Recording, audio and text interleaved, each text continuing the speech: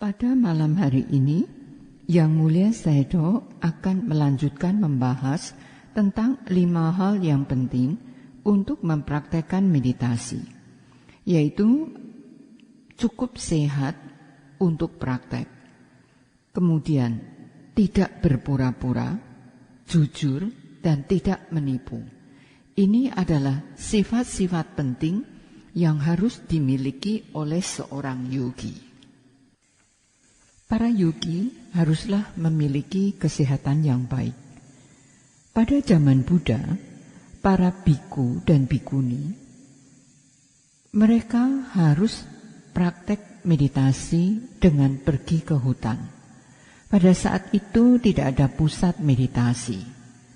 Juga pada saat itu mereka harus meminum air dari mana saja, bisa dari bejana ataupun dari sungai. Apapun air yang didapat, tidak jernih pun harus diminum. Demikian juga dengan makanan. Pada saat itu tidak ada dapur, tidak ada dhamma volunteer. Mereka semua harus pergi untuk menerima dana makan. Kadang-kadang mereka harus berjalan selama 1 atau 2 jam untuk pergi menerima dana makanan. Untuk berjalan selama 1 atau 2 jam setiap hari, ini diperlukan kesehatan yang memadai.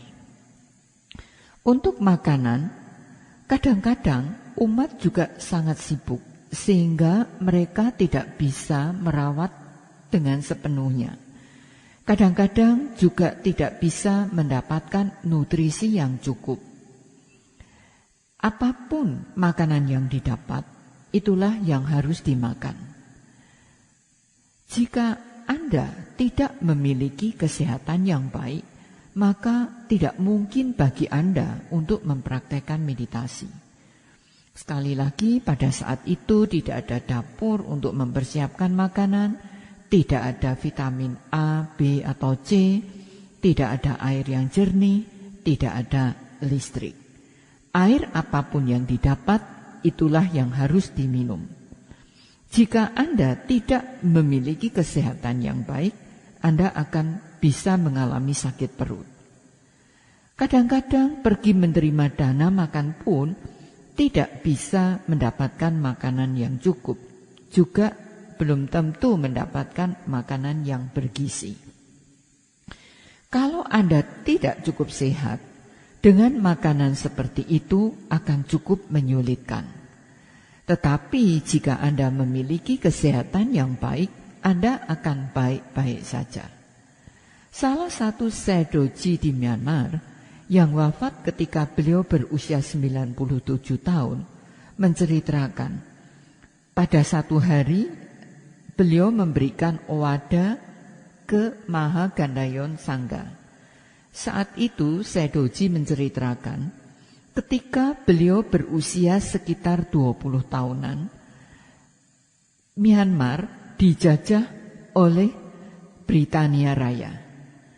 Sebelumnya, raja di sana sangat mendukung pada Buddha Sasana. Tetapi ketika Myanmar dijajah oleh Britania Raya, mereka bukan Buddhis. Mereka memang tidak mengganggu, tapi mereka tidak mendukung. Dan pada saat itu ekonomi juga kurang bagus. Kadang-kadang pada saat pergi untuk menerima dana makan, sama sekali tidak mendapatkan lauk, hanya mendapatkan nasi saja. Pada satu ketika, Sayadaw-ji ini pergi ke rumah seorang umat untuk menerima dana makan. Ketika Sayadaw-ji ke sana, umat ini memang memiliki uang. Pada waktu itu di sana diberikan lauk dari daun yang pahit. Pada waktu itu setiap biku yang datang ke rumahnya, mereka tidak mempersembahkan makanan yang dimasak, tetapi hanya memberikan daun pahit itu saja. Kemudian dipersembahkan kepada para biku. Sayadaw mengatakan pada saat itu beliau hanya memakan nasi, daun pahit itu dan garam. Sama sekali tidak ada lauk yang lain. Meskipun saat itu adalah masa yang sulit, tetapi mereka masih tetap bisa belajar dengan baik. Sayadawji kemudian menjadi Sangganayaka di sana, di Myanmar. Pada zaman sekarang, orang akan sulit untuk mempercayai jika diceritakan apa yang terjadi di masa lalu. Pada saat itu, ketika belajar di senter pembelajaran, mereka tidak bisa memberikan makanan yang cukup baik. Karena pada saat itu memang sedang masa sulit di Myanmar. Jadi semua biku pada saat itu kebiasaan di Myanmar adalah semua biku harus pergi untuk menerima dana makanan.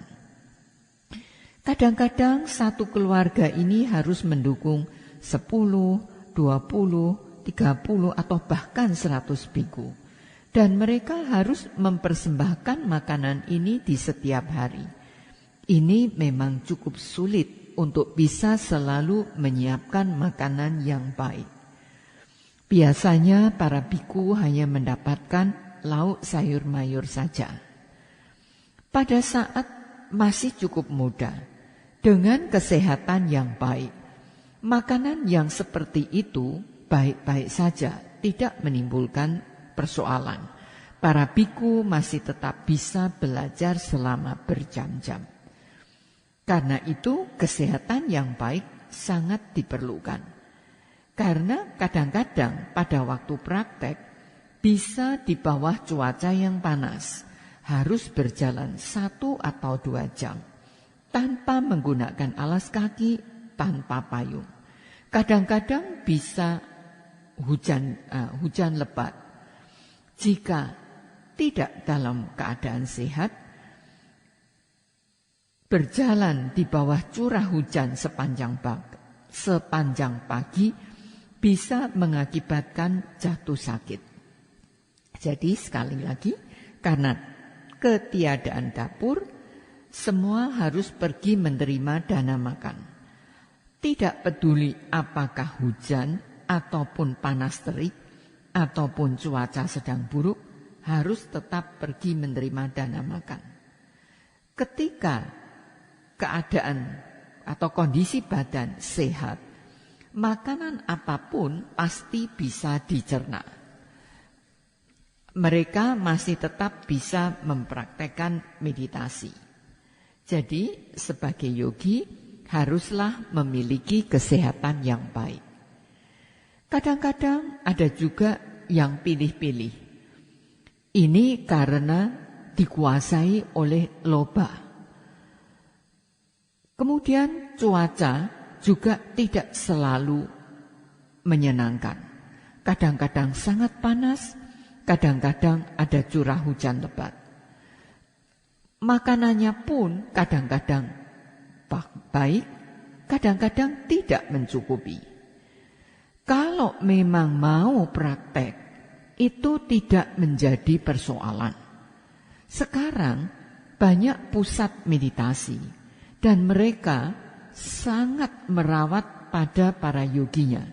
Selalu menyediakan makanan yang baik. Sayadaw mengatakan, ketika beliau pergi ke ruang makan, beliau selalu penuh rasa terima kasih kepada para donatur, pada Dhamma Volunteer, juga kepada para syalik yang sudah mengerahkan usaha untuk menyiapkan baik sarapan maupun makan siang. Ketika Sayadaw mengatakan, ketika melihat makanan yang baik, Sayadaw mengatakan sesungguhnya ini merupakan satu cambuk bahwa kita harus praktek lebih giat lagi. Karena pihak pusat meditasi sudah merawat dengan sangat baik jika dibandingkan dengan masa yang lalu. Saat ini Anda seharusnya mengikuti jadwal, karena Anda bisa praktek di dalam ruangan. Anda tidak harus pergi keluar untuk menerima dana makan. Anda tidak harus pergi di bawah curah hujan ataupun di bawah terik matahari. Sekarang pun Anda bisa pergi ke ruang makan dengan menggunakan payung. Jadi Anda sebetulnya harus memiliki kesehatan yang baik sehingga Anda bisa duduk selama 1 jam, kemudian meditasi jalan selama 1 jam, karena Anda cukup sehat. Bertindak jujur. Ketika Anda mengetahui sesuatu, katakan bahwa Anda tahu. Dan ketika Anda tidak mengetahuinya, katakan bahwa Anda tidak tahu.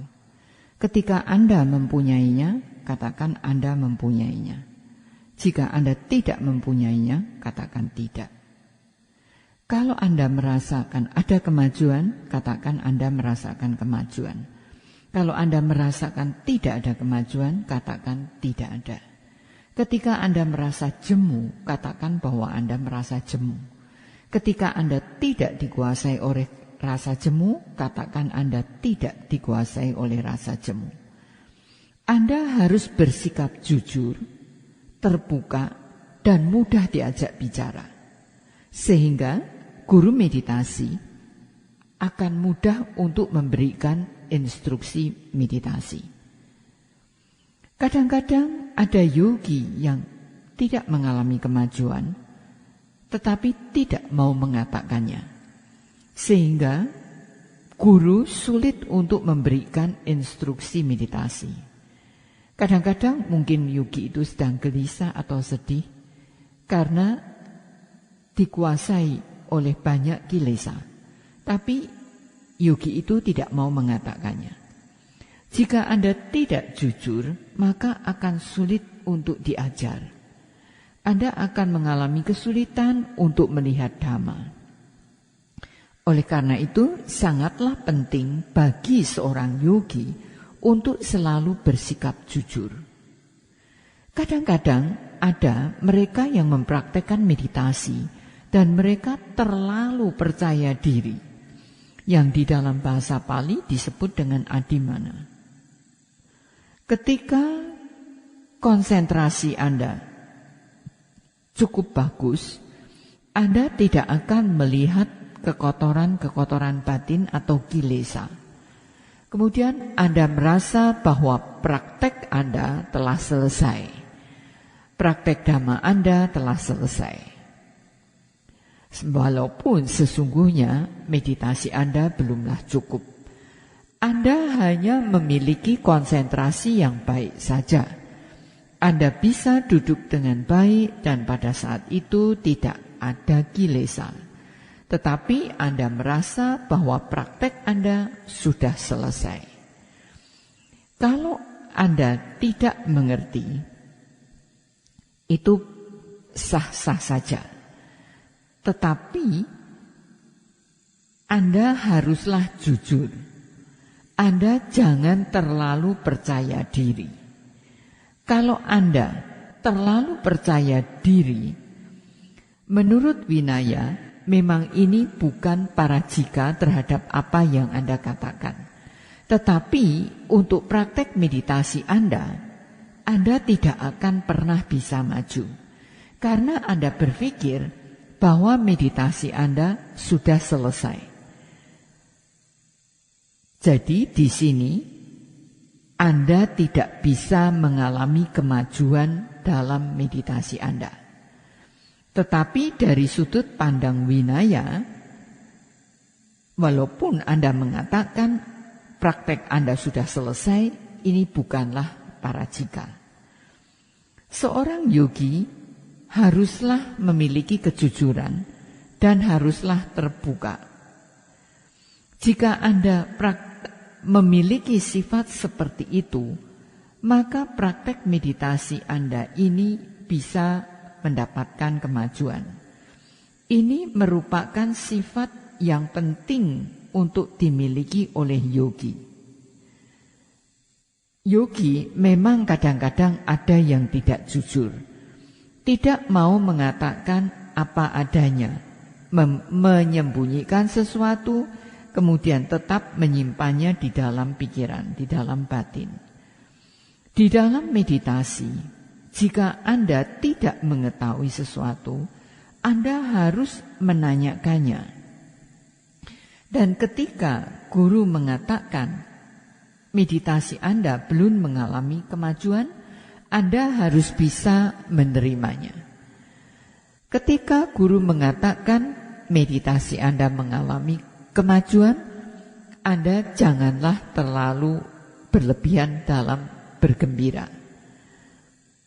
Ketika Anda tidak maju, ketika diberitahu bahwa meditasi Anda belum mengalami kemajuan, ada yogi yang kemudian ingin pindah ke tempat yang lain. Sayadaw telah menjadi guru meditasi lebih dari 20 tahun. Memang Sayadaw ada berubah dari sudut pendekatan Sayadaw. Sayadaw mengerti, memang ada yogi yang memiliki cukup parami, tetapi ada juga yogi yang tidak memiliki cukup parami. Ketika yogi itu memiliki tidak cukup parami, ketika ada sesuatu hal dikatakan dengan sebenarnya, Sayadaw mengatakan sebenarnya dari hati, yogi itu menjadi sangat bersedih, kemudian merasa bahwa ia tidak mempunyai harapan dan ia mau pindah dan mau mengakhiri retret meditasinya. Ada beberapa yogi yang cukup cerdas di dalam kehidupannya, dan ia mempunyai gelar juga. Tetapi ketika dijelaskan tentang meditasi, mereka sulit untuk memahaminya. Sayadaw menceritakan, Sayadaw kadang harus menyediakan waktu 20-30 menit hanya untuk seorang yogi saja. Dan yogi ini ketika dijelaskan selalu membantah dan selalu menjawab. Ia selalu mengatakan bahwa ia melihat anicca, dukkha, dan anatta. Kemudian Sayadaw menjelaskan bahwa melihat anicca, dukkha, dan anatta bukanlah seperti itu. Ia tidak terima setiap hari tetap mengatakan bahwa ia melihat anicca, dukkha, dan anatta. Kemudian ketika ditanya oleh Sayadaw, ditanya lebih lanjut oleh Sayadaw, yogi itu tidak bisa menjawab. Sayadaw sudah berkali-kali menjelaskan. Tapi yogi ini malah menjadi marah. Ketika diberitahu bahwa mereka tidak jujur, mereka malah menjadi marah pada gurunya. Ada satu ketika seorang yogi hampir memukul Sayadaw. Waktu itu Sayadaw meminta agar yogi ini melakukan pengamatan terhadap gerakan kembang dan kempisnya perut. Yogi ini kemudian berkata, Sayadaw, setiap hari Sayadaw minta saya untuk mengamati gerakan kembang dan kempis. Kenapa setiap hari Sayadaw meminta saya melakukan pengamatan itu? Saya menjadi tertekan. Sayadaw menyadari hal itu. Memang ada beberapa yogi yang tidak mempunyai cukup parami. Pada satu ketika, Sayadaw memberikan ceramah dhamma di center Berliau. Pada saat itu ada seorang yogi yang datang. Dan Sayadaw sudah menjelaskan, tetapi yogi ini tidak terima karena ia berpikir bahwa meditasinya sudah mencapai tingkatan yang tinggi.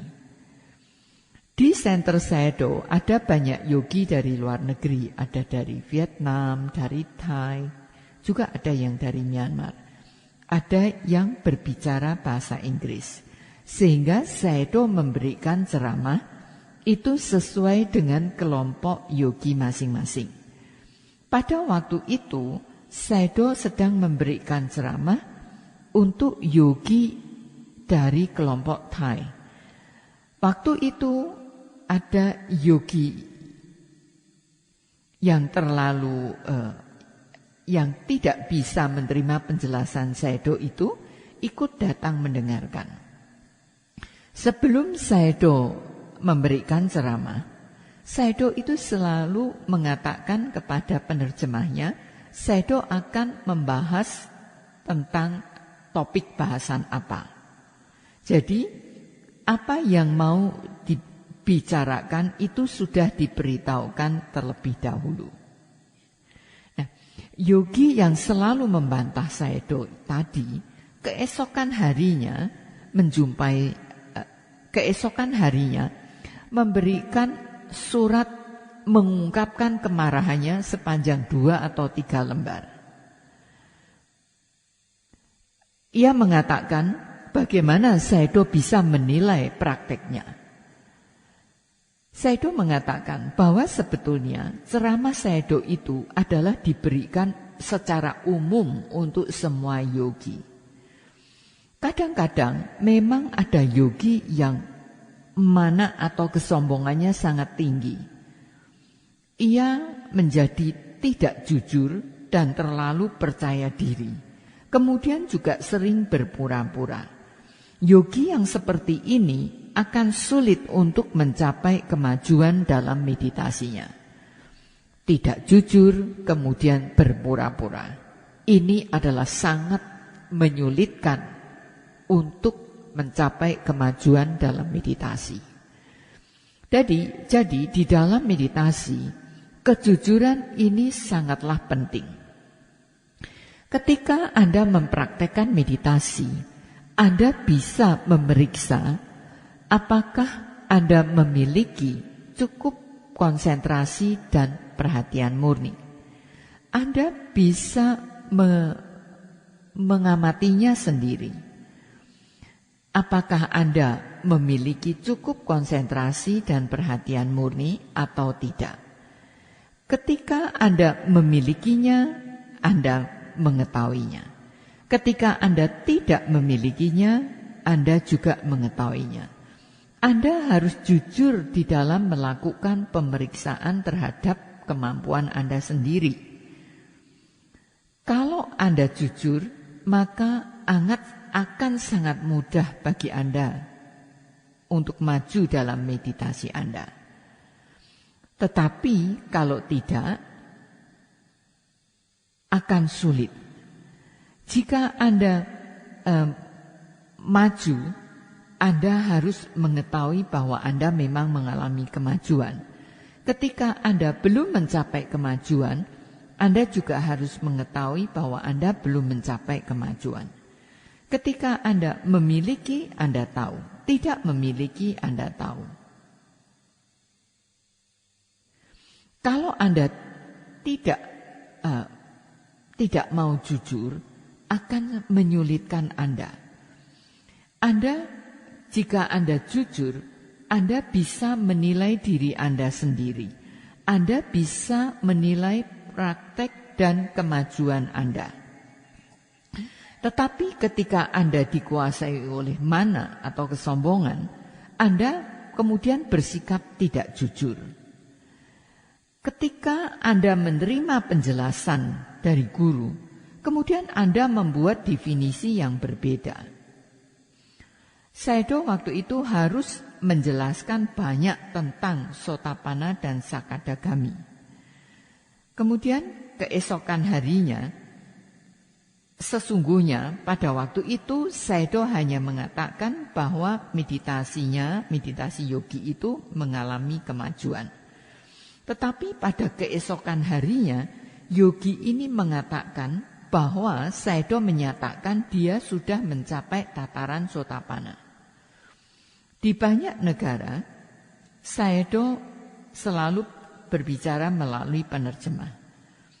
Karena Sayadaw tidak bisa berbicara langsung di dalam bahasa Vietnam, bahasa Chinese, ataupun bahasa Thai. Jadi, Sayadaw memerlukan penerjemahan. Para penerjemah itu tahu ada di antara yogi yang ingin mendapatkan pernyataan dari Sayadaw bahwa dirinya sudah mencapai nibbana. Sayadaw akan selalu menjawab bahwa Sayadaw tidak bisa mengatakan apakah yogi itu sudah mencapai nibbana atau tidak. Anda boleh-boleh saja, sah-sah saja menilai diri Anda sendiri.